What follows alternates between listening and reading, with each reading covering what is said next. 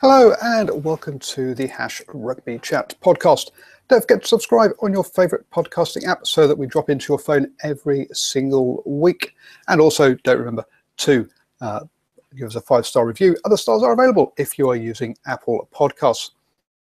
So, hi, I'm Paul, the guy behind DrivingMaul, and thank you for joining me. Sorry that we've been a bit hit and miss and it hasn't happened every week, and will probably be a bit like that going through until the new year, to be honest with you, as I am moving and getting a new job and a whole bunch of other stuff is going on in my life at the moment. So it's kind of busy.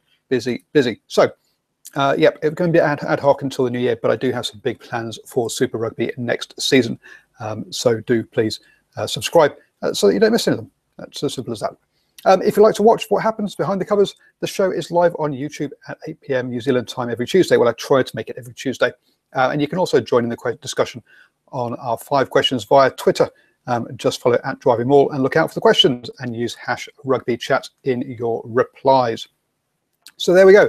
This week, I will be talking about international rugby. We'll also be talking about player welfare and salaries. Have a chat about a couple of things on international rugby, have a chat about some Super Rugby stuff and looking forward to next season, and then have a look through till next weekend. So that's what's going on this evening. So thank you very much for joining me. It's a solo show tonight, so do, but I will be taking comments from the live chat on YouTube and also on looking at some Twitter comments as well. So to kick us off, the first question of our first 5 questions is this. With wages going up quicker than the salary cap in the Premiership and only one club making a profit, are players expecting too much? One of the things we talk about a lot is about player welfare and how important that is. And the players also state that that is one of their important topics as well. But then you get the counter argument of how much players need to get paid, and we can't begrudge players getting paid. We see so many players finishing early and getting injured. But for the future of the game, are players perhaps expecting a little bit too much at the moment, and to the detriment of their own player welfare? One of the things we've seen this season in the Viva Premiership is that squad sizes have had to get smaller because I'd say the rate of salaries increasing has been quicker than the rate of the salary cap increasing, meaning that each club can actually afford less players than there are than before, and this has led to a lot of the A League or the kind of the reserve games being cancelled this season, or they're bringing in a lot of players from either their academy or even from the Rugby Championship to try and bulk out those teams. So what is the answer to this? I'm really not sure what the answer is, and whatever I come up with, it's probably going to get told there will be holes in it. It's not going to be perfect. But there's only one real sport that seems to have got the finances and the physicality of the game sorted out. And if you look at that, we'll talk about the NFL. Now, NFL has got its problems, don't get me wrong. There are a whole bunch of issues around the use of drugs in sport. The therapeutic exemption error, no, they're not error. The therapeutic exemption forms are used quite a lot in the American football, if you're to believe the reports, to a greater degree than they are than it would be used, those drugs, in the normal population. So there are that side of things, and there are other issues in the NFL. So we can't say that the NFL is a perfect model, but if we look at that from a monetary and player welfare point of view, they play a lot less games. They only play 16 games in a season. 16 rounds in a season, I think it is, and I think they even have some bye weeks in that as well. They also reduce the amount of physical contact that's allowed within NFL, within the training as well. So if we're looking at player welfare point of views, those are the things we should be looking at. Now, if we reduce the number of games, then the problem with that is that we're going to have there's going to be less money coming into the sport, is the argument. But one of the things that we perhaps should be looking at is more revenue sharing. In the NFL, for example, all the jersey sales from across all the teams pooled into one pool, and then it gets shared out evenly amongst the team. I think the only income stream that is unique to each team is actually the ticket sales. Everything else is shared across all the teams. So maybe some sort of revenue sharing along those sort of lines is perhaps needed. Exeter Chiefs are the only side in the Viewer Premiership who actually turned a profit last season. Now, I know that I think it's Leicester Tigers and Saints both were doing stadium renovations, and that's what the reasoning that they've dropped into the red. But Exeter managing to do their upgrade their stadium and stay in the black. No other club is managing to do that. And if we don't keep that kind of thing going on, if we can't really have 11 out of the 12 teams running a loss every single year and expect rugby to continue in the UK or in England in this case, without some of these clubs going bust at some point. Their answer has been to try and go for a 10-month season, which is just crazy from a player welfare point of view. At the moment, the reason for that is they want to play during the international windows, which basically means that we're looking at playing the internationals in every single game, and that's just not feasible. We're asking a smaller number of players to play more games, and that's not kind of working. So I think what we need to do in the Viewer Premiership is not only just have the salary cap, but have a minimum cap as well, a minimum spend by each club, and then also have a maximum per player. So you can't end up having sort of spending all your money just on 23 players and having no depth in the squad. So I think there should be a max salary per player and a max minimum salary per player. What I can't get, when you have Charles Piatow going to Bristol, for example, he's going to get paid, I think it's $1 million a year. Now, from memory, the salary cap in the Viewer Premiership is $5 million. Spending, now he's a marquee player, so he's not included in the salary cap, but spending about a fifth of what some clubs are spending on just one player is just crazy. And the salary differential between him and the rest of the squad, obviously there are two marquee players, so between him and the rest of the squad apart from one player, it's going to be massive, and that can't be good for player unity, and that can't be good for the players. What do I think talk about Charles Piatow playing for Tonga? We will get onto that as question 3 tonight. So there is a lot of, I think there needs to be a maximum and a minimum salary per player. So I think the players' union have to agree on what that is, obviously, because otherwise we'll have restraint of trade and all of those kind of issues that will come into it. But that's the players. I think need to get their head around what they should do is something along the lines of X% of revenue from the clubs has to be spent on players' wages, and that way we don't have the clubs running massive profits and exploiting the players.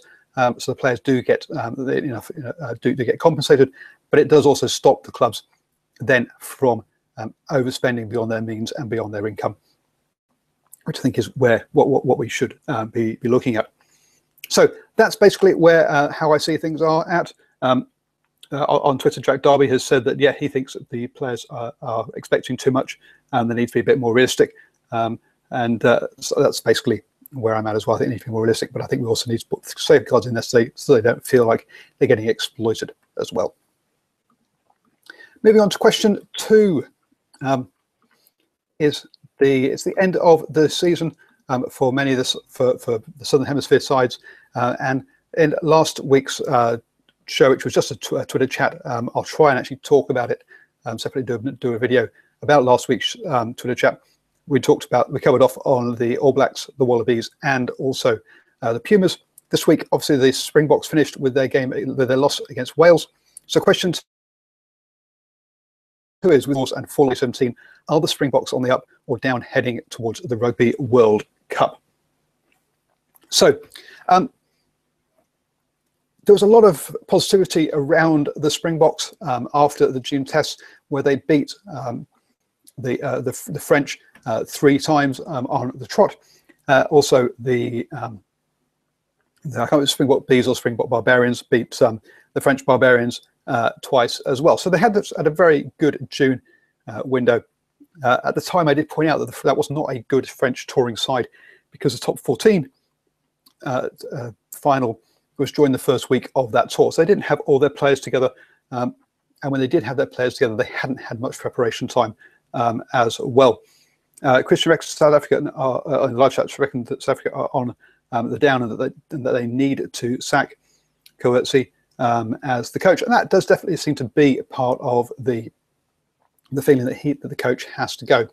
Personally, I think they're up from last year. Last year they lost all their November tests. This year they did at least win, at least beat Italy, and I think they didn't win. So they're definitely up on. I think they're up on last year, but I think that they're on a very shallow upward curve at the moment, and they're not going to put themselves in a position to challenge come the Rugby World Cup. Things do need to change, and they have changed to a certain extent. They did bring a lot of assistant refs, so they did change the assistant coaches, and that's what saw the immediate bounce and improvement in performances that we saw against France, and also in the Rugby Championship to a certain degree, beating Argentina twice and getting those 2 draws against Australia. So they definitely were up on that. They did lose last weekend, and they did also get thumped by New Zealand when they played in Albany over here as well. So there has been ups and downs. That is definitely very true. And Christian does make a point that they lost to Wales, and Wales aren't a great side. I think going into last weekend, thinking both sets of fans thinking that the opposition would win, and were more positive about the opposition than they were about their own sides, which was very bad about Wales and South Africa. But I do think South Africa are on the up compared to last season, but it's a very shallow upward curve. They haven't gained much. They still have a lot of issues around selection, and they still have a lot of issues around quotas as well. And we hear different noises coming out of Coetzee. So Combrink was said that he couldn't be picked because he hadn't played enough, and yet he was playing in Japan. He had been injured during the Super Rugby season, and yet Henri Pollard, who came back from injury, came straight back into the side. So different players were getting treated differently, which kind of which doesn't send a good message. There are some extenuating circumstances. The stocks in fly half are nowhere near as deep as they are in outside backs for the Springboks. Yankees has shown that he can be very flaky when put under pressure, and they did need to get somebody back. Now, Pollard's definitely not back at his best, and definitely was he rushed back too quickly? But then again, who else was there to bring back? There wasn't a lot of choice in there. Pat Lambie has had his concussion and injury worries, so he's also been out as well. And so there have been definitely injury issues, but the lack of consistency on selection, the different messages that come out around different positions that don't leave a consistent message, are all sort of all downward signs, negative signs from the South Africans. But I say they are doing better than last year, just not that much better than last year. So one of the big topics that is starting to come out, especially down here in New Zealand, is that there are 5 ex-All Blacks rumoured to be trying to qualify for Pacific Island sides for the Rugby World Cup in Japan. What are your thoughts on playing for more than one country? For those of you that haven't heard, the players that have talked about changing are Nonu, Luatua, Vito, Piatau, and Halai. And I've also seen comments around Piatau's brother as well. So that maybe it isn't just those 5. There are other players that also could be thinking about it as well. Under the current system, what they have to do is they have to play in 2 Olympic qualifying events. So basically 7s events. Now, for Samoa and Fiji, that's very easy because they're on the HSBC World Series, and so every one of those events is considered an Olympic qualifying event. For Tonga, who aren't in that series, they do have a much harder problem is trying to figure out which events are going to be categorized as World Cup, as Olympic qualifying, and so I know they're sort of talked about having some issues and trying to figure out which events they could invite Piatau Halai along to qualify and to switch allegiances.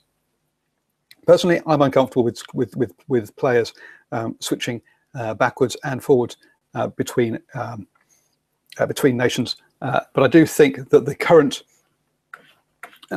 rules need to be changed. Jack on the live chat says, I think it's okay as long as there are some rules around it, like stand down period for 5 years. Personally, I think it should be down to some sort of limit on the caps. For somebody like Nonu, who's got over 100 caps for New Zealand, I think going and seeing him play for somebody else in the twilight years, personally, to me, I feel uncomfortable with that. He's had his chance at international level, and I wouldn't want to see him go and play for somebody else. I think that what I'd much rather see is some form of minimum caps, for some sort of rules along the lines of you can only change from T1 to T2, and you can only change once, and that you can only change if you've had something like less than 10 caps. And so that so there's people who just get caps to just lock them into a country. That kind of, we stop that kind of thing happening, which has definitely been accusations of that happening, but previously, especially by the Wallabies in recent years. Now, whether they have or not is, I say, is debatable. But we've got to say that that kind of thing has happened or has been suggested to happen in the past. So I think a minimum, I think being allowed to move if you've had less than 10 caps, only from T1 to Tier 2. I don't think the Tier 1s need to be picking up any other players, and that's, personally, I think that's how it should be done. This way of being able to play two Olympic through a loophole, play two Olympic competitions and then qualifying competitions, and then be able to change allegiance, I'm not comfortable with that. I don't like that. Have people using a loophole to change countries. I do think there should be some way of being able to change countries just in a more controlled manner than this. So those are my opinions. I definitely would like to hear your thoughts as to how players can move around. I know a lot of people who've been watching the Rugby League World Cup loved the idea that Tonga got a lot stronger just before the Rugby World, just before that, and had a lot of a bunch of New Zealand stars in particular move over and play for them. There is a question now as to whether they'll stay there, whether they'll come back and play for New Zealand again, and that kind of flipping backwards and forwards I really would not want to see happen in a rugby union. But I know a lot of people are backing it after Tonga had such a wonderful trip through the Rugby League World Cup and created such interest around it. It was a great story. It's been fantastic to see how people have picked up on that. But as I say, I wouldn't want to see players flipping backwards and forwards. Now, a couple of comments going back to the first question around the profitability of clubs and things. And Joshua Pierce says, can you really trust clubs to report profit accurately? There are many ways to develop income streams, not all of the obvious. Maybe that is so, but I think if you set standard accounting rules around that, we should be able to clarify that one. And you're worth whatever someone is prepared to pay you. I do agree with that piece. What I do think is that players are putting their income ahead of their welfare, and perhaps aren't thinking of the bigger picture always. So that is something that I think players are protecting from themselves occasionally. I think this is one of those situations. Derby, the League World Cups as visual rules were ridiculous. Yep, I agree. I hope we don't go down that route. We're seeing a lot of Super Rugby is now starting to crank up. Pre-season has started. We kind of saw a fairly humorous tweet today of the Waratahs, who are back in training and haven't been using the rope. That was a big thing about their training last year. And one of the other big stories that's come out is that Brad Thorne is clearing out some of the experience at the Reds, and basically effectively in Quade Cooper. I've gone blank as to the scrum half, who also has a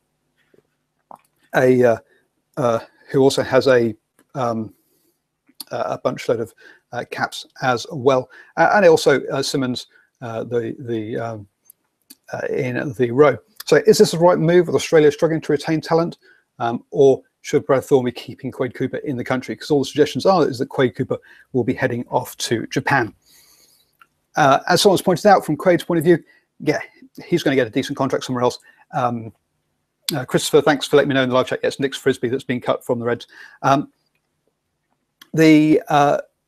Or at least been shown that he's got a much lower role to play this coming season. So personally, I think this has been a mistake to lose someone of Quade's experience going on, and big rumours of Quade Cooper to the Blues, Christopher, really. I cannot see that happening. Quade is a Kiwi, was born in New Zealand, but his reaction to amongst the New Zealand crowds is very bad. I can't see him coming over. Terry Black has been injured and is basically out for the season for the Blues, but Quade Cooper at the Blues, from the fans' point of view, would be seen very negatively. He would get a very poor reception from the New Zealand fans playing for the Blues. So I really think it would be a bad move for them to do that. Quade's shown in the past that the booing by the fans can affect him during games. Let's be honest, he is a confidence player. And ever since he did his knee in the 2011 Rugby World Cup, he hasn't sort of had that same sort of confidence really to do the steps he used to be able to do, and hasn't got back to the same heights that he was. I really don't think him being at the Blues would be a good choice. With Gatland, and I've gone blank as to who the other player is who was playing for Taranaki. The Blues have got a couple of up-and-coming young, decent fly halves. Someone of some experience, like a Stephen Donald or something, that could give them some stability would be useful. I'm not sure I see Quade in that same kind of mentoring role, to be honest. From what I understand, is that the Reds have left themselves with only one recognised Stephen Perifetta was the that's right, from Taranaki. Thanks, Jack. The Reds have left themselves only one recognised number 10, and that's really is criminal. Last season, 2 out of the 5 franchises had New Zealand, Australian franchises had New Zealand fly halves. So fly halves are really thin on the ground in Australia currently, and definitely experienced ones are. The Wallabies toured with only one recognised fly half, and with Kurtley Beale as the backup. Kurtley Beale is not a test fly half, and he hasn't been playing at some 10. As we've seen with James Hook when he moved to Gloucester, it took him quite a while to get back to used to playing 10 after playing 15 for so long, being out of position. So having Kurtley Beale as a backup 10 for the Wallabies is crazy, and just shows the lack of depth and how they have no one around. Having Quade at the Reds and having that experience there, I think would have been invaluable for that side if they could get him to behave and be a team player. I'm not sure they can necessarily.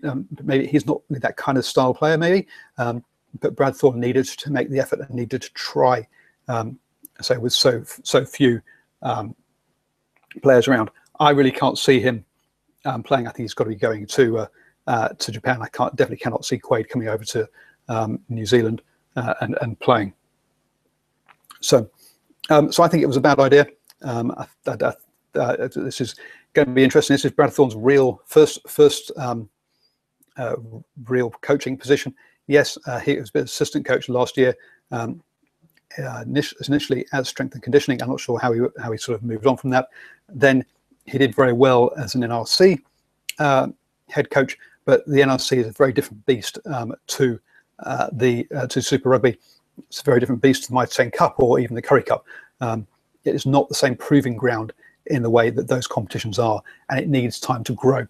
And I think him getting thrust into this position, I think it's showing his lack of experience here. All I can see is a struggling season for the Reds as they rebuild and go forwards.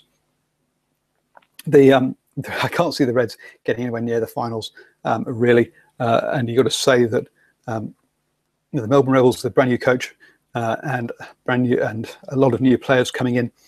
You've got to say that actually perhaps give the Sunwolves a chance to have a decent finish. The Tars don't look great either. The Brumbies will have a new coach as well. with Steve Lockham having moved on. So it's going to be a very shaken up Australian conference this year. So maybe, hey, I know that the someone's just come out and announced quite a few new signings themselves, but they're trying to use it as the backbone for the Brave Blossoms, and so they should have. So they've actually brought in a lot of the players that can play for Japan that played elsewhere, and that has been good. So to me, yes, I think it's made a mistake, and it's going to be interesting to see if the Sunwolves can cause a bit of an upset in this up and coming season. Finally, let's have a quick look at the European Cup games coming up this weekend. And I must admit, I should have brought up the list before the show. I'm sorry I haven't done that. But the one that jumps out of you from a historical point of view anyway is Saracens are playing Clermont again, and they got them on the double header. So that has got to be, the history between those two sides into the European Champions Cup is significant, and it's definitely got to be, that's going to be an interesting one to watch there. So do look out for that game. I'll put a poll out about that one on Twitter at the end of the show, so please let me know who you think will win. But that one should be a cracker if you're looking to watch one. Of the other sides, we've got Exeter Chiefs and Leinster, who have both had winning starts. So both had won their two opening games. So that game also on Sunday after Saracens and Clermont should be a cracker, as those two go head to head to see who is going to come out on top in their groups. There are a couple of other games where you think, how the team's going to approach it. Glasgow Montpellier is going to be an interesting one. Both teams have lost their opening two games. Exeter have in the past qualified after losing their opening two games, so it is possible. Or will both those two teams throw the towel in and use it to rest players? It's going to be interesting. Scarlets get their opportunity to put 2 wins over Benetton Treviso after having a poor start and get some experience in Europe. Toulon Bath is another one where both teams have won their opening 2 games, both of them having mixed seasons domestically, so it'll be interesting to see how they bounce up and go in this competition. And so there's let's say some cracking games lined up. Dan Carter will be travelling to Castres. That's one of the, so Castres versus Racing 22. It's one of the lower key ones, but we do have another marquee clash between Munster and Leicester Tigers, which has got plenty of history around it as well. So lots of good rugby coming up this weekend in Europe, so do catch those as well. I know this is normally a Southern Hemisphere and New Zealand based show, but as we head into the off season, we'll be having a chat about a look at some of those. The other thing we will have a chat about at some point also over the next few weeks is the Sevens. We had the opening round of the Sevens in Dubai, where the South Africans, the Blitz Box, continued on their good form from last season and won the tournament. I've heard good things also as to how England went as well, from someone who was there. I had an Uber ride with someone with someone who does some rugby analysis, and he had the weekend. He travelled over to Dubai for the Dubai Sevens, so that was interesting to hear his point of view. That said that England looked pretty impressive this time, and obviously New Zealand did pretty well as well. So lots of stuff going on there over the so-called off-season down here. I will try and keep this to be a weekly show as well. So we'll see that. Yep, South Africa beat New Zealand in the final 24-12 in that Sevens, and obviously the next weekend coming up, we have the Sevens move to South Africa, so we'll be playing on home territory, trying to back up that win. Doesn't look like we're going to have the same situations that we had a couple of seasons ago, where we had 8 different teams make the semi-finals of the first 2 tournaments. I don't think we have it as, I don't think the tournament is as open as that this time around, but it's still going to be interesting. Christian did bring up that Jamie Joseph said that these Sunwolves are aiming for a top 5 finish next year. Yes, coaches always come out with big claims at this sort of time, but I'm not really I don't really have too much put too much weight on those sort of comments at this kind of time. Over on the women's sevens from memory, because it's just been brought up in the chat, that New Zealand won that one from memory, I think it was, the Black Ferns. So that one is also kicked off as well. We'll probably have a chat about the women's sevens over the next few weeks as well. So thank you everybody for listening. As I do, subscribe so that I drop into your phone every week. Some big plans aimed for the Super Rugby season next year. And also, if you would interested in coming on and being a guest on the show, then do let me know. I'm happy to have happy to give people a chance and have a chat on the show. So please let me know if you would like to. Just drop me a line at DrivingMaul on Twitter. So don't forget to subscribe to the show, and catch you all next week.